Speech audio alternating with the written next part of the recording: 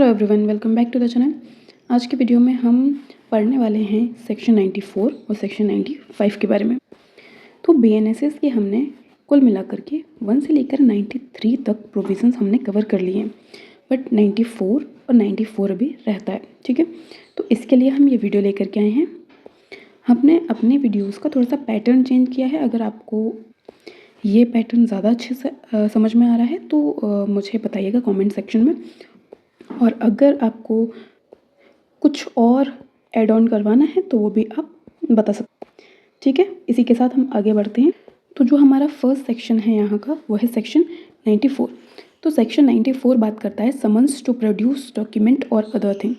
जब हमें summons send करने पड़ते हैं फॉर प्रोड्यूसिंग अ डॉक्यूमेंट और कोई वस्तु को, तो समन्स किन किन केसेस में दिए जाते हैं वो चीज़ हम देख लें कि किसी डॉक्यूमेंट को बुलवाना हो या फिर किसी वस्तु को कोर्ट में बुलवाना हो उस केस में।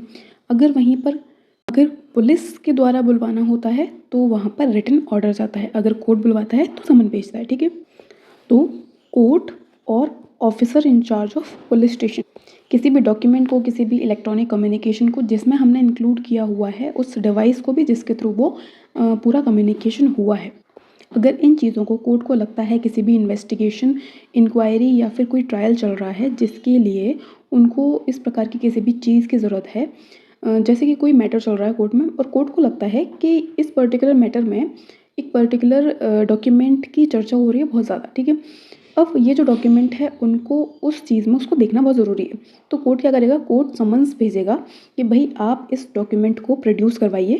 और वहीं पर अगर किसी पुलिस ऑफिसर को ऐसा लगता है, किसी ऑफिसर इंचार्ज को ऐसा लगता है तो वो रिटन ऑर्डर निकालते हैं। ठीक है, क्योंकि पुलिस ऑफिसर जो है वो समन्स नहीं इशू कर सकते हैं, इसलिए वो रिटन ऑर्डर इशू करते हैं और कोर्ट समन। और ये उन्हीं केसेस में होता है जहाँ पर ये नेसेसरी हो जाता है और डिज़ायरेबल हो जाता है कि भाई इन्वेस्टिगेशन, इंक्वायरी और ट्रायल के लिए इस पर्टिकुलर चीज़ का कोर्ट में होना या फिर ऑफिसर इंचार्ज के सामने प्रोड्यूस होना ज़रूरी है। और ये जो ऑर्डर होता है वो और समन फिजिकल भी हो सकता है और इलेक्ट्रॉनिक फॉर्म में भी दिया जा सकता है। तो जो भी समन जाएगा, जो भी रिटन ऑर्डर जाएगा वो फिजिकल भी हो सकता है, मतलब राइटिंग में आप एक पेज पर लेकर के जाइए, या फिर इलेक्ट्रॉनिक कम्युनिकेशन के थ्रू भी भेजा जा सकता है। अब अगर हम देखें कि ये जो सेक्शन 94 में जब हमने बात करी कि भाई समन जाना है और ऑर्डर जाना है किस प्रकार से जाता है, तो जैसे ही जो अथॉरिटी है, जैसे ऑफिसर इंचार्ज या फिर कोर्ट, उनका ओपिनियन बन जाता है कि भाई इस केस में नेसेसरी हो गया है कि पर्टिकुलर डॉक्यूमेंट को या पर्टिकुलर वस्तु को हमें प्रोड्यूस करवाना है, तो कोर्ट अगर होगा तो कोर्ट इशू कर देगा समन्स को। ठीक है, अगर पुलिस है तो पुलिस इशू कर देगी रिटन ऑर्डर को, और जिस भी पर्सन के पोजीशन में वो चीज़ होगी वो उसको प्रोड्यूस करेगा लेकर के आके, और उसका कंप्लाइंस करेगा, उसकी ये लीगल ड्यूटी हो जाएगी अगर उसके पोजीशन में है तो उसको वहाँ पर प्रोड्यूस करना है जा करके। इसके लिए हम एग्जांपल से देख लेते हैं कि कोर्ट है, कोर्ट ने ये जो एक व्यक्ति है इसके पोजीशन में कोई पर्टिकुलर डॉक्यूमेंट था। ठीक है, कोर्ट को लगा कि भाई इस डॉक्यूमेंट को मुझे देखना चाहिए। कोर्ट ने अपना ओपिनियन फॉर्म कर लिया, कोर्ट को लगता है कि भाई ये डॉक्यूमेंट बहुत ज़रूरी है, तो कोर्ट यहाँ पर समन्स भेजेगा। अब यहाँ पर इस व्यक्ति के पास समन जा रहे हैं और ये व्यक्ति इस पर्टिकुलर डॉक्यूमेंट को कोर्ट में ले जाने के लिए यहाँ पर लीगली बाउंड हो चुका है, क्योंकि इसकी यहाँ पर लीगल ड्यूटी है। एग्जाम्पल के लिए हम देख सकते हैं डिजिटल एविडेंस। ठीक है, अगर कोई साइबर फ्रॉड का केस हो रहा है, पुलिस को ज़रूरत है कि भाई जो अक्यूज्ड है उसका लैपटॉप उनके पास होना चाहिए, तो जो एसएचओ है वो एक रिटन ऑर्डर दे देगा अंडर सेक्शन 94 में कि भाई मैं आपको बोलता हूँ कि आपके पास जो लैपटॉप है आप उसको मेरे सामने लेकर के आओ, प्रोड्यूस करो, मुझे इन्वेस्टिगेशन में ज़रूरत है। ठीक है, तो अक्यूज्ड है वो उसको प्रोड्यूस करवाएगा। ठीक है, उस स्पेसिफाइड टाइम में और उस प्लेस पर जो वो बताता है। अब बात की जाती है 94 के सेकेंड सबसेक्शन की। ठीक है, तो जब भी एक ऑर्डर आता है या फिर एक समन आता है कि आपको इस पर्टिकुलर वस्तु को या इस पर्टिकुलर डॉक्यूमेंट को प्रोड्यूस करना है, और वहाँ पर ये नहीं लिखा हुआ है कि पर्सनली अपीयर होकर के करना है। ठीक है, तो या तो व्यक्ति उसको पर्सनली अपीयर होकर के प्रोड्यूस कर दे, या फिर अगर वो केवल प्रोड्यूस करवा देता है विदाउट अपीयरिंग हुए, तो वहाँ पर भी समझा जाएगा कि जो पर्टिकुलर सेक्शन है इसका कंप्लाइंस हो चुका है। ये क्यों लेकर के आया गया है, जिससे हम अवॉइड कर सकें अननेसेसरी अटेंडेंस, कि भाई कोर्ट में बिना फालतू में आकर के आपको परेशान होने की ज़रूरत नहीं है। इसके बाद आता है नेक्स्ट 94 का थर्ड सबसेक्शन, जिसमें एक्सेप्शंस दिए हुए हैं। ये जो सेक्शन 94 है ये अफेक्ट नहीं करेगा भारतीय साक्ष्य अधिनियम के सेक्शन 129, 130 और बैंकर्स बुक एविडेंस एक्ट 1891 को। और ये पोस्टल आर्टिकल्स के ऊपर भी अप्लाई नहीं होगा, क्योंकि जो पोस्टल आर्टिकल्स होते हैं जो पोस्टल अथॉरिटी के कस्टडी में होते हैं वो सारे एक अलग सेक्शन से डील होते हैं, जो सेक्शन है 95। ठीक है, क्योंकि वो एक अथॉरिटी के अंडर में है तो हमें वहाँ पर थोड़ा सा ज़्यादा जुडिशियल माइंड अप्लाई करने की ज़रूरत होती है, इस वजह से वो 95 में अलग से डील होते हैं। उनको हम नॉर्मल समन दे करके नहीं बुलवा सकते हैं। इसके बाद आता है हमारा नेक्स्ट सेक्शन, सेक्शन 95। इसकी हेडिंग है procedure as to the letters. ये जो पर्टिकुलर सेक्शन है ये अप्लाई होता है उन लेटर्स पर, उन पार्सल्स पर, उन डॉक्यूमेंट्स पर या उन वस्तुओं पर जो कि पोस्टल अथॉरिटी की कस्टडी में होते हैं। ठीक है, यहाँ पर district magistrate, CJM, session court और हाई कोर्ट ऑर्डर कर सकते हैं कि आप ये पर्टिकुलर जो चीज़ें हैं, जैसे हमने लेटर देखा, पार्सल देखा, डॉक्यूमेंट देखा, इनको डिलीवर करिए आ करके, और जो पोस्टल अथॉरिटी हैं ये कंप्लाई करेंगे उस पर्टिकुलर ऑर्डर के साथ, ये इनके लिए ज़रूरी है।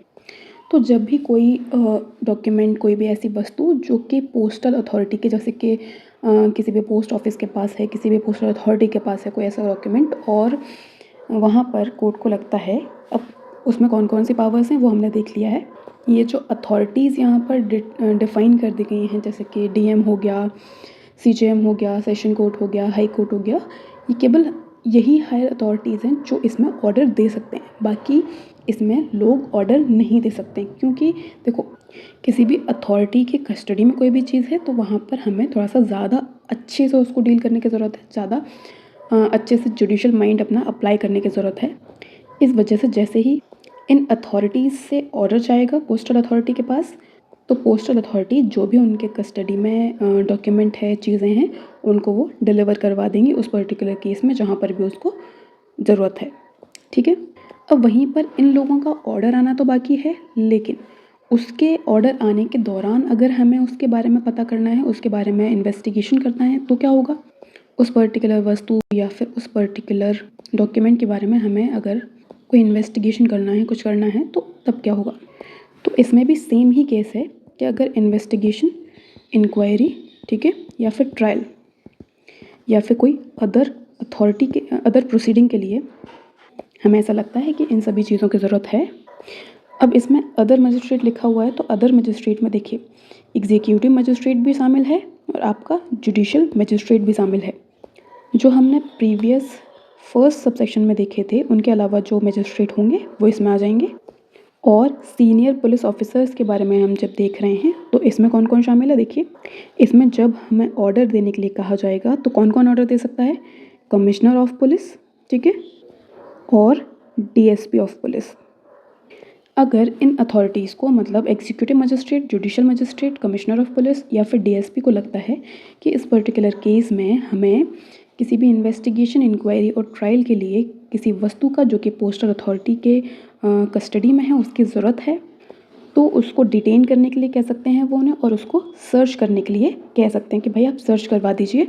जब तक CJM, DM, सेशन कोर्ट और हाई कोर्ट का ऑर्डर आ रहा है उस वक्त तक आप या तो फिर डिटेन करवा दीजिए इसको अपने पास ही, और या तो फिर उसको सर्च करवा दीजिए। लेकिन एक जो इम्पॉर्टेंट चीज़ है वो क्या है, जो फाइनल ऑर्डर आएगा वो कॉम्पिटेंट अथॉरिटी के थ्रू ही आना चाहिए। और कॉम्पिटेंट अथॉरिटी कौन कौन है, CJM हो गया, देखो तो फाइनल ऑर्डर हमेशा CJM, DM, सेशन जज और हाई कोर्ट के थ्रू ही आएगा। जब तक ऑर्डर नहीं आ रहा है तब तक ये जो अथॉरिटीज़ हैं जिनके बारे में अभी हमने देखा वो लोग इसको सर्च करवाने का ऑर्डर दे सकते हैं। ठीक है, अब ये जो की डिफरेंस अगर हम देखें कि 94 में भी हमें प्रोड्यूस करवाना है, 95 में भी हम प्रोड्यूस करवाना है, तो क्या है, 95 में हम देखते हैं कि जनरल पावर के बारे में बोला गया है कि अगर आपको कोई डॉक्यूमेंट चाहिए आप उसको समन कर दो और वो आपके सामने प्रोड्यूस करवा दिया जाएगा। लेकिन वहीं पर जब हम देखते हैं कि 95 में जो रूल दिया हुआ है वो एक स्पेशल रूल है फॉर द पोस्टल कस्टडी। ठीक है, क्योंकि 94 में जो भी ओनर है, जो भी व्यक्ति है जिसके पास, जिसकी कस्टडी में वो चीज़ है, वो खुद प्रोड्यूस करेगा। लेकिन 95 में अथॉरिटी के पास है तो वहाँ पर रिक्वायर्ड होता है कि आपका हायर जुडिशियल ओवरसाइट यूज़ हो। इस वजह से यहाँ पर अथॉरिटीज़ का ऑर्डर देना ज़रूरी है, ना कि समन का इशू किया जाना। आई होप आपको ये सारा समझ में आया होगा। अगर आपको कोई और डाउट है तो बताइएगा कमेंट सेक्शन में।